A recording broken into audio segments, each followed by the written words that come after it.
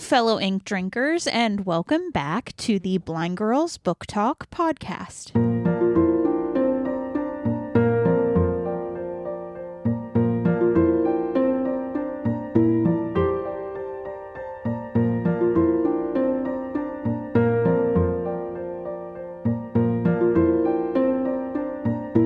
My name is Aria, my sister's name is Belle, and we are two legally blind sisters who love reading and love books, and so what we've decided to do is create this show in order to talk about that. We talk about a wide variety of bookish topics that can range from bad retellings of stories, book-to-movie adaptation comparisons, buddy reads, recent reads, bookish challenges. Really, the list does go on and on. And today is another day that I am alone. So I don't know which episode it was in because time runs together, but I think I said in some episode I recorded, we weren't sure how long Belle was not going to be here because her plans changed several different times over the course of the last few weeks. So there's now a new plan. Belle is still not here, and that is okay. So instead, what I'm going to do is I'm going to run the show all by my little lonesome again. And today, what I decided to do was another Belle Recommends. Now, okay. The Belle Recommends that we're going to be talking about is The Picture of Dorian Gray. I have no idea why Belle recommended me this book to read. So I sent her a text message last night when I was listening to this book.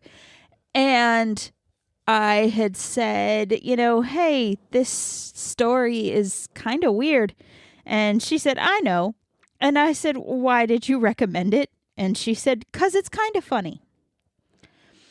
I don't know I feel like we are on two very separate wavelengths when it comes to that for this book. I'm not entirely sure what she meant by 'cause it's kind of funny. It is definitely that escalated quickly story. But it is not anything else. And I do want to do a bad retelling of this book when Belle is back. So I'm going to try to not get into too much of what this story is about because the bad retelling is going to be a time. But anyway, so I essentially listened to this book in a day. I had the speed of the story cranked up to 1.6. Normally I don't go higher than a 1.3. So I was really trying to get through this book. Some general thoughts about this book. I can tell that Oscar Wilde wrote it. I'm not one who picks up on subtext very easily, but in this case there's a lot of subtext, in my opinion, that it was very easy to pick up on. And yeah, it was a time. It was not at all what I was expecting.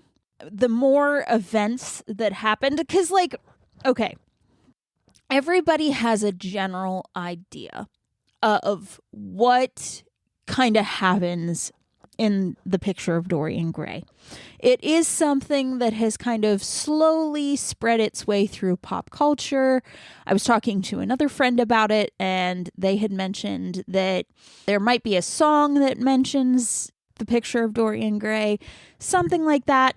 I know it was in a movie. The character of Dorian Gray was in a movie. What was it? The League of Extraordinary Gentlemen, I think it was. But this is a story that has kind of, in its own way, become a little piece of pop culture. And I can see why.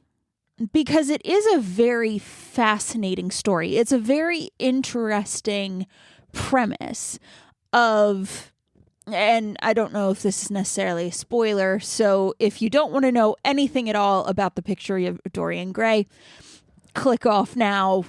This is not going to be the episode for you to listen to.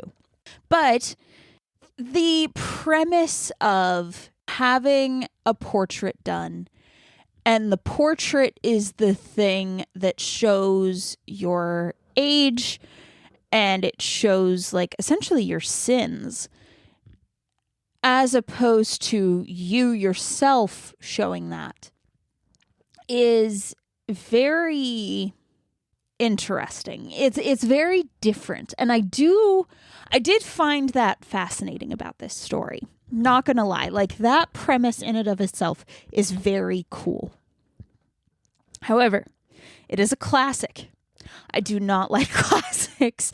I struggle with classics. Again, you could also tell that this was written by Oscar Wilde. There is nothing wrong with that. It's just, you can tell. Merely because, like, the deepest relationships were the relationships between men. Which, totally understandable. I get it. Like, no judgment, no knocking it, no anything like that. No disrespect. It's just, it is what it is. And I think grand total of 5 female characters that really, like, had lots of, like, meaningful dialogue. And even then, there was almost, it was still lacking in some way. Like, I don't know how to describe it, and maybe that's just me. Maybe I'm being overly critical and overly harsh. But it just felt so hollow. Like, compared to some of the other interactions, like between Dorian and the painter and Dorian and the other guy. I do not remember his name. But like, those interactions felt so, like, vibrant and rich and, like, full of life, essentially. And then you get to some of the female characters, and it just felt it wasn't nearly the same. Like, it was still good. It just wasn't, like, it wasn't at the same caliber, if that makes sense.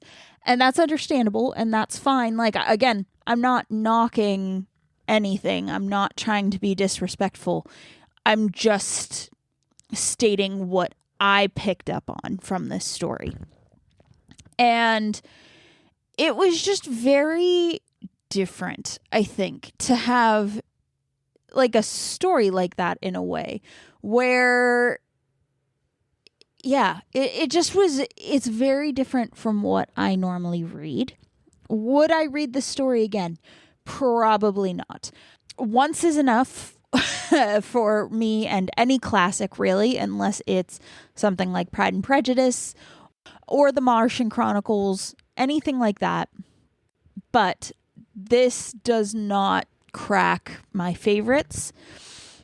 It was a very interesting read, though. Like, I don't want to undersell it, I guess, because I think there was a lot of commentary on, different aspects of things that was very interesting to even see how that can relate to life now. I think that this, if I was in the game of analyzing literature, this would be a very good one to analyze. I can see a lot of different things to analyze from this story. However, I am not that person. In-depth analysis is not my forte. It's not what I'm good at. But there is enough here if you are looking for a story to do some very in-depth analysis, I think this would be a good one to do that with, personally. But that's just me. It just, yeah. Again, I don't know why Belle wanted me to read this. She just said it was kind of funny. I think that the ending, like, I knew the ending was coming in a way. I just didn't know exactly how it would work. Because again, Dorian Gray himself is like, he's his own little piece of pop culture. And people take his story, of course, and they remix it and they reimagine it and they do things on their own, or they pay homage to it or something like that. You know, there is something that ties in to Dorian Gray that isn't just from the original story. There's always kind of like an added piece, essentially, to it. And I knew bare bones of what potentially was going to happen just from the pop culture references, the reimaginings, all of that. But the way it actually ended was not entirely what I was expecting. Again, I don't want to spoil it too much because, again, I do want to do a bad retelling of this story. I think it would be fun to do a bad retelling of this story. But yeah, it wasn't, I knew potential things about it, but it wasn't what I was expecting, I guess is the best way to put it. And it's nice when a classic, not that it subverts things, because that's not quite what I'm after, especially, you know, with the retellings and the reimaginings and the, you know, he's here and there and all of that. However, I guess it is neat to see the original. I guess that's the better way to put it. It's neat to see where all of that came from and where all of that, just the continued, you know, spin-off of it.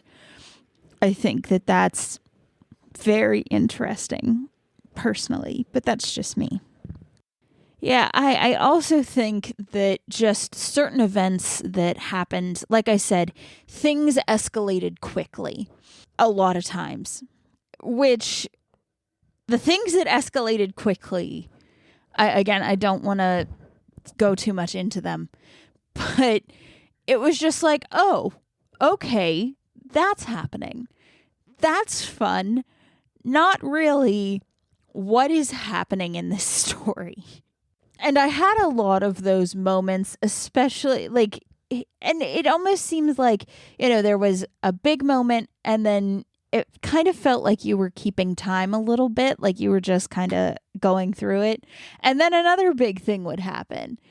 And again, it could just be because I don't like classics. You know, it could be that what actually was going on in the, like, quote unquote downtime between big events was like actually really important to the story. And, you know, it said a lot about XYZ. Again, I'm not one who analyzes things. I am not a classics reader generally. So again, it could be the most exciting thing in the world. I know at one point they were talking about he was reading a book and it was in French and they were just reading the French. And I was like, I have no clue what any of that means. Not an iota. Not even a little bit. It ain't for me. Couldn't tell you. French is not my forte. But yeah. All in all, though, I think it was a very interesting book. I'm glad that, you know, through doing this, I was kind of both given the opportunity and also, like, in a way, like, made to, like, think about this book and read this book. because it was interesting. And I do feel, I don't want to say better for having done it, because that's not quite the right word. But I do think it was a good book to read overall. I think it was a very interesting story. And I know that I remember liking The Importance of Being Earnest, which is another one of Oscar Wilde's work, in high school when we read it. But I know with that one, it's kind of like a comedy. So I think I want to go back to that one at some point, just because I think I do. Maybe. But yeah, Dorian Gray, though, it was very interesting. I was intrigued, to say the least.